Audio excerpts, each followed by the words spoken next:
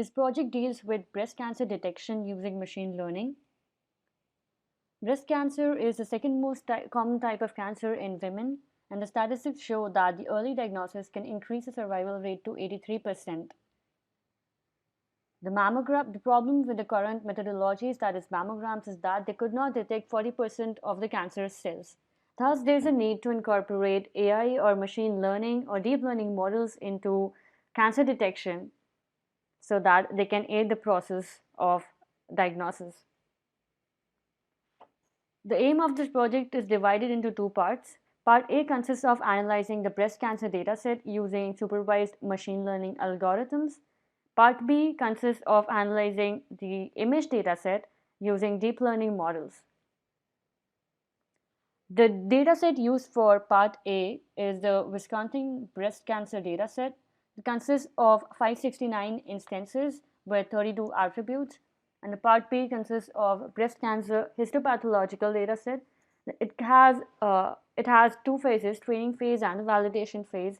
The training phase consists of 1,000 images of each category, that is benign and malignant, while the validation phase consists of 250 images of each category.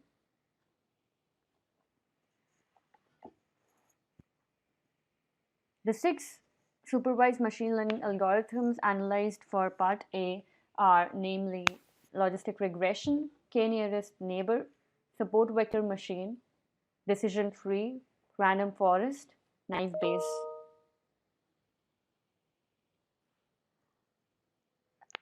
I'll go through the overview of all the models.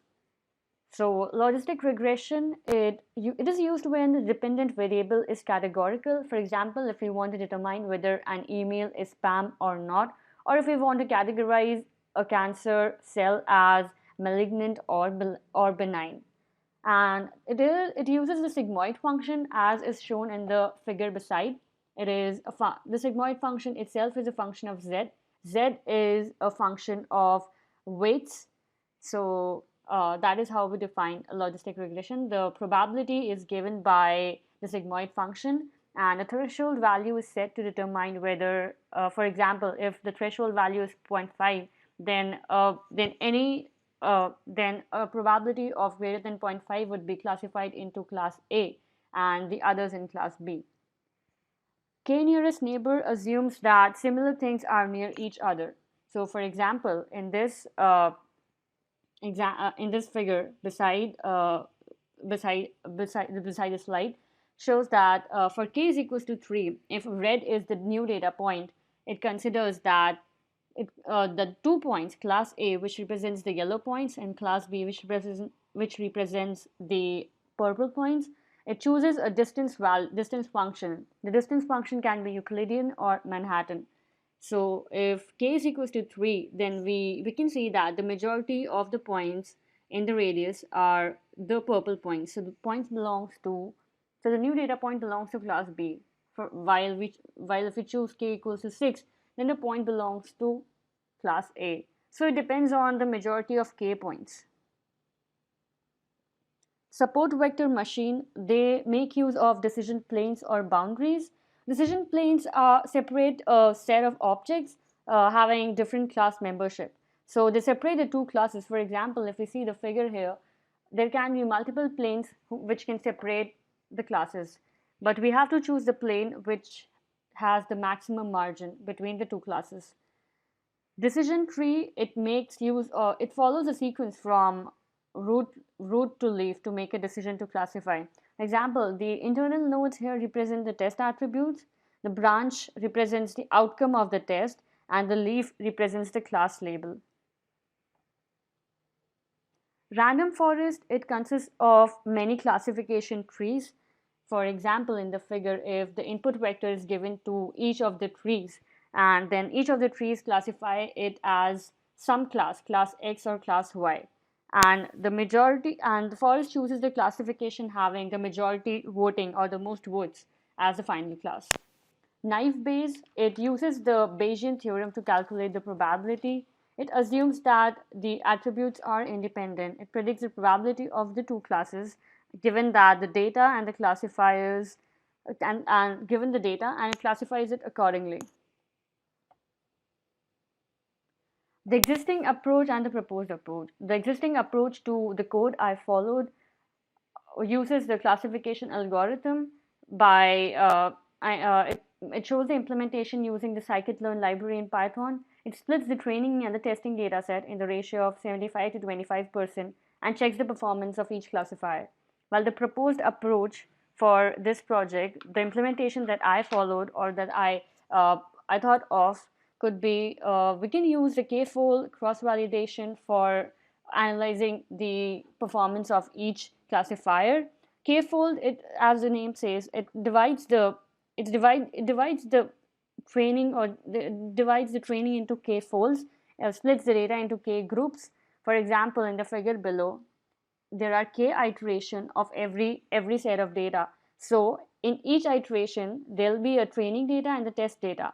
So the model is trained k times on a set of data, and it is tested k times on a holdout set of data. So therefore, there are k iterations. So this seems to be less biased than the simple train or test method because it calculates the average of accuracies instead of the the absolute accuracy on a single test data. Now we can look at the code.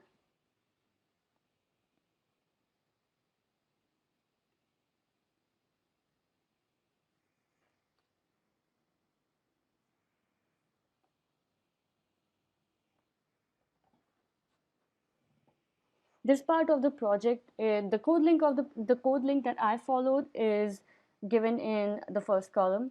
So this is just importing the libraries. Then we read the file data.csv. This gives the data set values. It shows the columns, the attributes, and their values. For example, there is diagnosis, which represents the malignant or benign type of cancer with M and B respectively. Then there is radius, texture, perimeter, area, smoothness, and so on.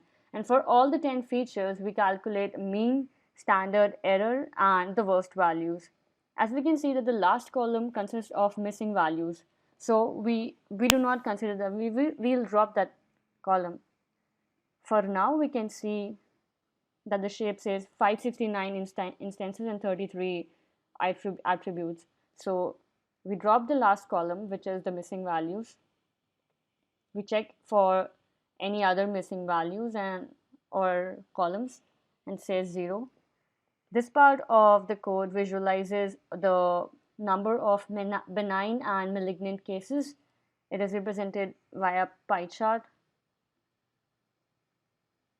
So the percentage of benign cases are 62.7%, while there are 37.3% malignant cases. This part visualizes the mean values as discussed above with respect to the diagnosis. So it plots the malignant and the benign diagnosis values with respect to the mean values. The next part visualizes the standard error with respect to the diagnosis, similarly as seen above, the distribution. And this part of the code analyzes the diagnosis with respect to the worst values.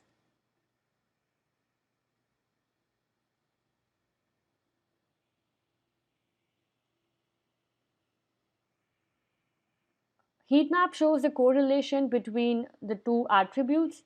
So this would generate a heat map which would show the correlation between any two features. For example, radius mean and perimeter mean are highly related, while as we can see that the texture and the radius mean are not quite related. So the figure here indicates that one means maximum correlation, while as we go down below 0, it says highly uncorrelated. The next part of this code would be demonstrated in the next video.